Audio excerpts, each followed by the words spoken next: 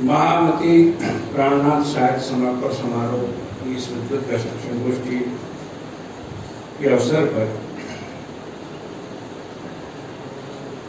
विशिष्ट वक्ता और इस अभियान की धुरी संत मोहन प्रियाचार्य जी, नीता जी, मेरे अग्रज और मेरे विभाग के मेरे साथी प्रोफेसर पूरनचंद टंडन जी, विष्णु मोहन मिश्र जी, राजेश जी और आप सब, ये एक संयोग है, कहें कि मैं एक निमित्त हो गया कि मैं इस विभाग का अध्यक्ष हूँ और ऐसा पुनीत कार्य मेरे समय में हो रहा है।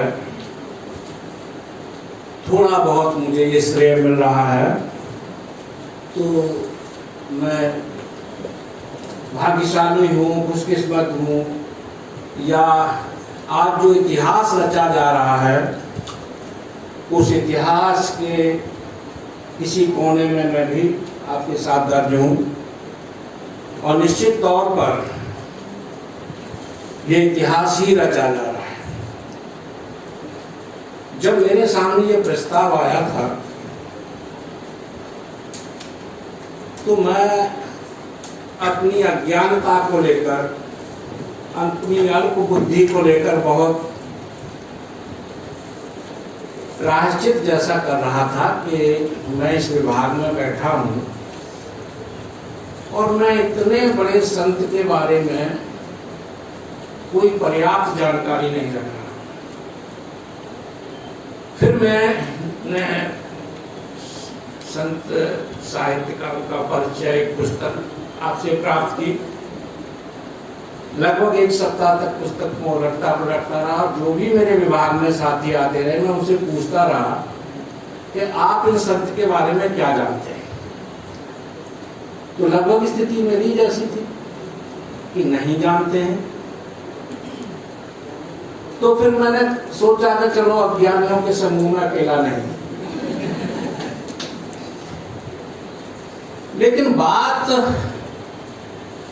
यहाँ छूटने वाली नहीं थी। ये हमारी एक जिम्मेदारी, ये हमारा दायित्व और हमारे एक एकेडमिक रिस्पॉन्सिबिलिटी है कि हम अपने साहित्य के बारे में, अपने दर्शन के बारे में, अपने इतिहास के बारे में, अपनी परंपराओं के बारे में, अपनी पृष्ठभूमि के बारे में जितनी भी विविधताएं हैं, मैं ये नहीं कह रहा कि हर व्यक्ति हर संत साहित्य को एक तरह से देखे। किसी को बहुत प्रिय लग सकते हैं नाना, किसी को प्रिय लग सकते हैं दादू, किसी को। लेकिन हम अगर समग्रता में देखें तो जैसा कि हमारे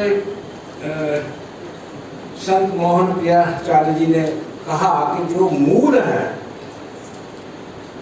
सभी संतों का, मानव सेवा, अहिंसा और एक दूसरे का सहयोग करना। तो कहीं ये झगड़ा नहीं है संतों के बीच कि तू बड़ा मैं बड़ा, या तेरा पंथ मुझसे तुच्छ है और मैं श्रेष्ठ हूं, या उसका श्रेष्ठ है। मैं अक्सर ये सोचता हूं कि हम जिस देश में पैदा हुए हैं, हमारा देश संतों का देश है। छोटे बड़े स्थानीय, राष्ट्रीय, अंतर्राष्ट्रीय, ये संतों की भूमि है। और इस देश में जिसने चिंतन के स्तर पर या रचनात्मक स्तर पर कुछ बड़ा किया है, आप अगर टटोलेंगे उसकी जीवनी को तो कहीं ना कहीं उसे पृष्ठभूमि में संतों का हृदय, संतों का ज्ञान, संतों की प्रेरणा जरूर मिलेगी, और जिनमें नहीं मिलेगी उनमें छिछलापन खूब मिलेगा, और उनका कोई दायित्वपूर्ण योगदान समाज में नहीं मिलेगा। हमारे देश के संत साहित्य की एक बहुत बड़ी विशेषता ये रही कि जो बाहरी आक्रामकता, क्रूरता, शासकीय क्रूरता अनियंत्रित ढंग से हमारे देश में काम कर रही थी, उसका मुकाबला संत साहित्य ने नम्रता से, ज्ञान से, विवेक से, और जिसे कहते हैं कन्विंस करना, राजाओं को, शासकों को समझाया है। और अगर वो खुद नहीं समझे हैं तो उन्हें समझाने वालों को समझाया, यानी जनता को समझाया, जनता में ज्ञान दिया है, और उससे हम बहुत बड़ी कहेंगे कि जो हमारे राष्ट्र में मानव क्षति बचाई है वो संतों ने बचाई, नहीं तो हम क्रूर शासकों के और अधिक शिकार हुए होते, ऐसा मुझे लगता है। मैंने शायद अपनी आत्मकथा में इसका जिक्र किया हो कि जब मैं घर से निकला था या मुझे निकाला गया था, तो मेरे जो अध्यापक थे उन्होंने मेरे दिमाग में एक बात डाली थी कि हमें संत बनना है। अब वो कैसा संत बनना है, किस पंथ में जाना है, कहाँ जाना है, वो तो एक बालक की दृष्टि में नहीं हो सकती। और मैं 8वीं का भी विद्यार्थी नहीं था जब अपने घर से निकल के और उन गुरुजी के घर चला गया था। और ये पढ़ाना लिखाना तो एक बात, ये बात सबसे गहरी बैठी थी कि हमें संत बनना है। और संत क्यों बनना है कि अगर हम संत नहीं हैं तो ये जो दुनियादारी है इसमें हम सिवाय इसके कि मोह, माया, लालच, ये पालें, ये बना लें, ये हमारा है, ये घर है, ये जमीन है, ये जायदाद है, लेकिन एक दिन तो दुनिया से हम चले ही जाते हैं। कुछ देकर नहीं जाते दुनिया, और देकर तभी जाते हैं कि जब हमें त्याग की भावना पैदा होती है। और वो त्याग कहाँ से आता है? वो संतों के चिंतन से आता है, संतों की प्रेरणा से आता है। तो जाने क्यों ये बात मन में बैठी और मैं घर से निकला, ये अलग बात है कि धीरे धीरे मेरे गुरुजी ने मुझे संत नहीं बनने दिया। खुद गुरुजी लालच में फंसते गए, अब जमीन खरीदनी है, अब प्लॉट खरीदना है, तब हम संत बनेंगे, अब ये कर ले तब संत बनेंगे, वो कर ले संत बनेंगे, और आज वो दुनिया से चले गए, संत नहीं बन पाए। लेकिन मेरे दिमाग में ये बात डाली थी, तो मैं ये कह रहा हूं कि वो बचपन की पड़ी हुई बात अभी तक मेरे अंदर ये बैठी रहती है कि यार ये सब करने से कुछ नहीं होगा, हमको सब कुछ त्याग के जो जीवन बचा है वो समाज में निकलना चाहिए, और कुछ जैसे हमारे संत करते रहे हैं उसी तरह से हमें कुछ काम करना चाहिए। तो ये तो बात हुई मेरी अपनी भावना की। अब मैं जो बात कर रहा हूँ, जो हम इस विभाग में हो रहा है, या जो विभाग करना चाह रहा है, या जो हमारी जिम्मेदारियां हैं,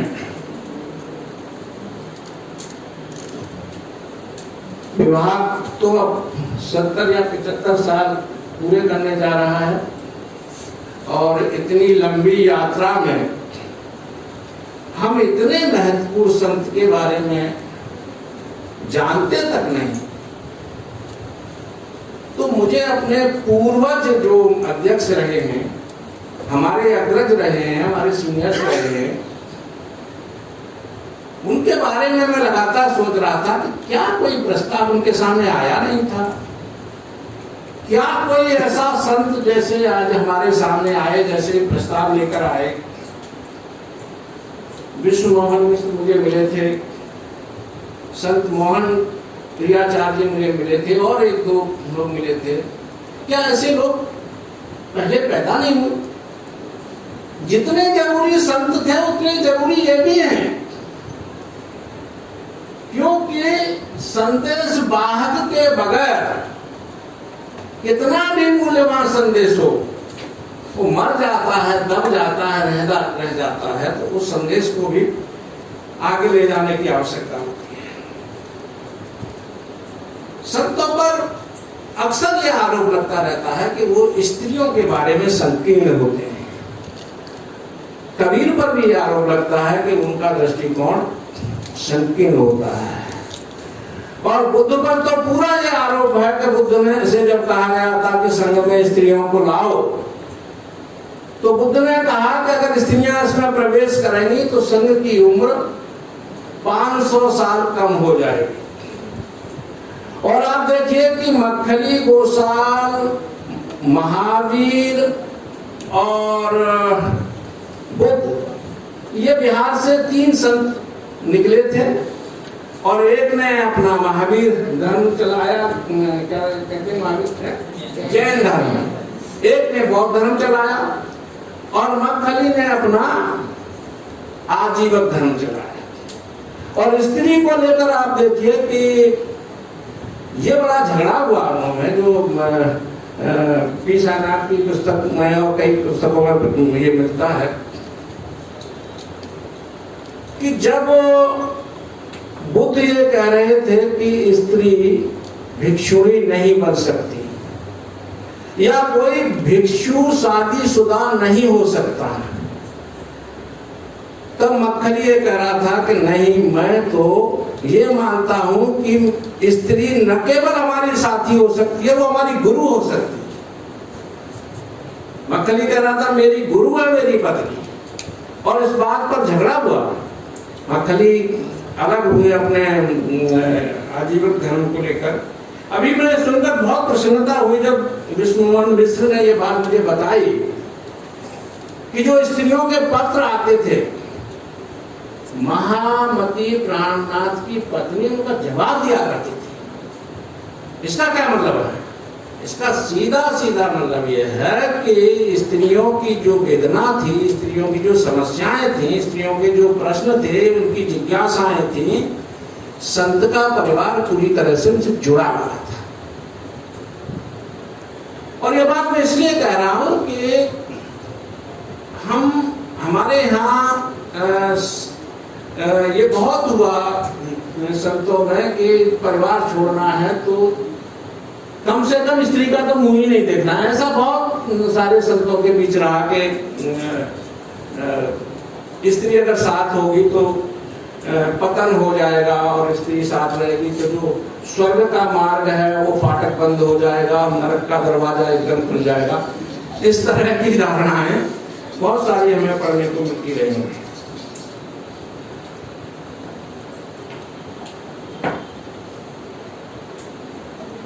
अब बात यह है कि जब हमारे विश्वविद्यालय में साहित्य आ गया है, अब हम ये नहीं कह सकते कि हमारे पास वस्तु ही नहीं है तो उस पर बात की जाए। अब हम इस स्थिति में हैं कि हम उस पर विचार कर सकते हैं, उस पर काम कर सकते हैं, करा सकते हैं। अब कैसे काम हो, क्या काम हो, प्रोफेसर टंडन जी ने यह बात बड़ी मतलब एक तरह से रेखांकित की कि पुनरावृत्ति बहुत ज्यादा हो रही है और पुनरावृत्ति की आवश्यकता नहीं है। लेकिन इसी के साथ साथ मेरे ध्यान में जो बात गई, जिसे 2 विद्वानों ने रेखांकित किया, संत मोहन प्रियाचार्य ने और विष्णु मोहन मिश्र ने भी इस बात की और ज्यादा इशारा किया, टंडन जी ने भी वो बात कही कि हमारे संतों का, खासकर हम महामती प्राणनाथ के साहित्य पर बात कर रहे हैं, तो उसमें हमें साहित्य भी उपलब्ध है, दर्शन भी उपलब्ध है, इतिहास भी उपलब्ध है, समाज शास्त्र भी उपलब्ध है। तो हम एक तुलनात्मक दृष्टि से ज़्यादा से ज़्यादा अगर काम करेंगे और उनके समकालीन संतों के साथ भी अगर हम ये काम करेंगे तो हो सकता है हम और अधिक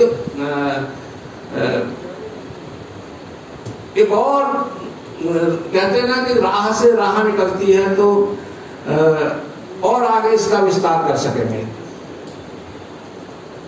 संतों पर काम हमारे यहाँ होता ही है, लेकिन जैसा कि हम लोग जानते हैं, टंडन जी ने भी कहा, मिश्र जी ने भी कहा, और सब हम जितने हमारे शोध छात्र हैं वो भी ये बात जानते हैं कि जो इतिहास में दर्ज है वहीं तक हम कैद, और इतिहास भी वो जो हमने आचार्यों को मान्यता दे दी, हमारे पाठ्यक्रम का जो हिस्सा बन गए, और जिनको हमने मान्यता नहीं दी, जिन्हें हमने पाठ्यक्रम का हिस्सा नहीं बनाया, और जो हमारे एकेडमिक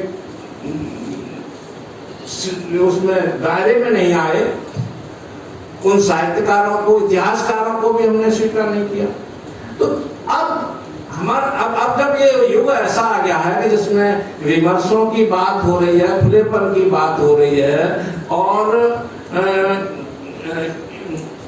अंतर विषयों की भी बात हो रही है, इंटरडिसिप्लिनरी स्टडी की बात हो रही है, अंतर अनुशासनात्मक अध्ययनों की बात हो रही है, तो फिर हम समाज शास्त्र से, इंग्लिश से, राजनीति शास्त्र से, जैसे राजनीति शास्त्र पर बात करें तो जो राजाओं के साथ गुरु का संवाद है या राजाओं के साथ पत्र व्यवहार है, और उस बहाने हम उस समय के राजाओं की प्रवृत्ति, उस समय का शासनकाल क्या है, वो सब हम समझ सकते हैं और फिर तुलना भी कर सकते हैं। और इसके लिए हमें इतिहास की पुस्तकों का सहारा लेना पड़ सकता है, समाजशास्त्र की पुस्तकों का सहारा लेना पड़ सकता है, क्योंकि अब संत साहित्य है तो उसमें दर्शन तो आना ही है। तो इस तरह से बहुत सारे विषयों के साथ हम जुड़कर ये काम कर सकते हैं। सारी बातें कही जा चुकी हैं, मैं फिर दोहराऊंगा कि मुझे ये प्रसन्नता है, और एक कहते हैं कि वो बिल्ली के भाग से छीका टूटा जाता कहते हैं, वो थोड़ा श्रेय मुझे ये मिला के, और श्रेय क्या मिला, मुझे जिम्मेदारी महसूस हुई। मैंने अंदर से ये महसूस किया, अंदर से ये अनुभव किया कि हाँ, जब हम इतने संतों पर काम कर रहे हैं, संत और हमारी भारतीयता, भारत का, जबकि हम लगातार विदेशों की तरफ देखते रहते हैं कि ये दार्शनिक आ गया, वो दार्शनिक आ गया, सारा ट्रांसलेशन होगा, उसकी अवधारणा को लेकर हम 50 किताबें लिख डालते हैं और उस पर बहसें करते रहते हैं, और हम अपनी तरफ देखते ही हैं। तो ये अपने आप में लौटना, अपनी भारतीय आत्मा में लौटना, अपने अंदर झांकना, ये हमारा एक भारतीय नागरिक होने का दायित्व भी है। तो इस दायित्व का हम जितना निर्वाह करें अच्छा है, और मैं समझता हूँ कि जो नई पीढ़ी हमारी आ रही है, बड़े प्रखर और बड़े मेधावी छात्र अब आ रहे हैं, क्योंकि अब ज्ञान का विस्फोट कई रूपों में हो चुका है। उन सब का फायदा उठाते हुए वो कहते हैं कि मुझसे बेहतर कहने वाले, तुमसे बेहतर सुनने वाले, तो वो आते चले जा रहे हैं, और उससे अच्छा होगा कि ये सिलसिला बढ़ता रहेगा। इन शब्दों के साथ मैं आप सब लोगों को ध्यान देता हूँ और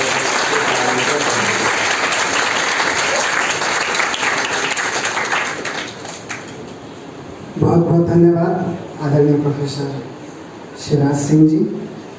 आपने अपने छोटे से वक्तव्य में लगभग सभी बिंदुओं को आपने कवर किया है, और आपने बड़ी अच्छी बात की कि इतिहास, दर्शन और अन्य जितने भी विषय और अंतर विषय बनते हैं उनको भी लेकर के कुछ रिसर्च कार्य हो सकता है। बहुत बहुत धन्यवाद, जिसके लिए हमारे यहाँ पर कहा जाता है कि बड़ों को बोलने के लिए बाद में देना चाहिए। तो मैं अपने प्रोफेसर से पूछता था कि सर ऐसा क्यों, तो बड़े ही रहेंगे, फिर छोटे का बड़े होंगे। तो वो कहते थे कि बड़ों को इसलिए बाद में बोलने के लिए देना चाहिए क्योंकि बड़े सब धो पहुँच करके तो बाद वालों के लिए बोलने के लिए कुछ नहीं बचता। सर, निश्चित रूप से ये ऊंचाई हमको आपके वक्तव्य में देखने को मिली है। हम आपके बहुत बहुत आभारी हैं कि आपने इस आयोजन के लिए विभाग की अनुमति दी, और जब हमें जैसी आवश्यकता पड़ी, क्योंकि शुरू में जब हम काम कर रहे थे तो हमको ऐसा लग रहा था कि कैसे, क्योंकि विश्वविद्यालय परिवार है, उसके अपने कुछ रूल्स, कुछ नियम होते हैं, तो कैसे होगा। पर जब जब हमें जो आवश्यकता हुई और हमने जैसे उनसे निवेदन किया, उन्होंने उसको बहुत ही प्रसन्नता पूर्वक, सोत्साह और सहर्ष उसकी अनुमति दी।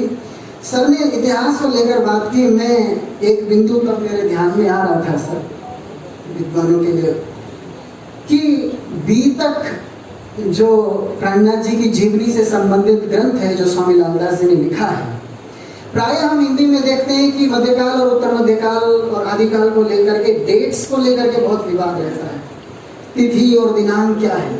पर मैं आपसे निवेदन करना चाहता हूं कि बीतक उत्तर मध्यकाल में लिखित संभवतः अकेला ऐसा ग्रंथ है जो इतिहास की महत्वपूर्ण डेट्स की सूचना दे सकता है। तत्कालीन घटनाओं की क्या डेट्स हैं उनको लेकर के, क्योंकि बीतक जब आप देखना शुरू करेंगे तो बीतककार समय को बताने को लेकर के, डेट्स को लेकर के इतना ज्यादा चौकन्ना है कि वो घड़ी तक का हिसाब आपको देता है कि ये दिन है, ये महीना है, ये वर्ष है, और पूरी उसमें सूचना मिलती है। तो मुझे लगता है कि इतिहास की डेट्स को लेकर के बीतक ग्रंथ बहुत ही महत्वपूर्ण डॉक्यूमेंट हो सकता है। मैं बहुत बहुत आभारी हूँ। मैं श्री प्राणनाथ मिशन दिल्ली के सचिव महोदय से निवेदन करूंगा कि अब आदरणीय विभागाध्यक्ष महोदय निकलने की तैयारी में हैं, उनकी जिम्मेदारियां हैं, तो कृपया श्री प्राणनाथ मिशन की ओर से प्रणाम राशि निवेदन कर दें।